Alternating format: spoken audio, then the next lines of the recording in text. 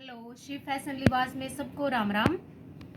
ये देखो, of white colour है और इन्होंने एक बूटी बूटी बनवाई थी। सिंधी की जो बूटियां होती हैं वह मैं बूटी बनवाई थी। गंगा का सूट है ये, गंगा का लीलन का है। देखो ये गंगा की मोर है और ऑल ओवर 5 मीटर है, ऑफ वाइट कलर है। और इन्होंने दुपट्टा दिया था, ये आंटी का, ये पता नहीं कहाँ से है, मुझे ध्यान नहीं रहता। और यही कलर लगाने के लिए बोला था उन्होंने। इस पे ये सूट रेडी करा है, बहुत अच्छा है। बूटी बूटी भी बहुत अच्छी लगती है, नहीं कि ज़्यादा भरा भरा सा सूट हो। और एक दूसरा सूट है येलो कलर का, ये हमने शॉर्ट में डाली थी, तब ये कंप्लीट नहीं था, पूरा नहीं बना हुआ था।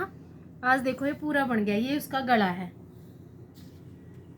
ये वुलियन स्टिच है और इस पे ये बीच में बूटियां बनवाई हैं, ये देखो। और ये उसका घेरा है और उधर से बाजू है, ये देखो बाजू पे ये 3 फ्लावर हैं। ये करनाल की साइड से है एक बहन, उनका सूट है।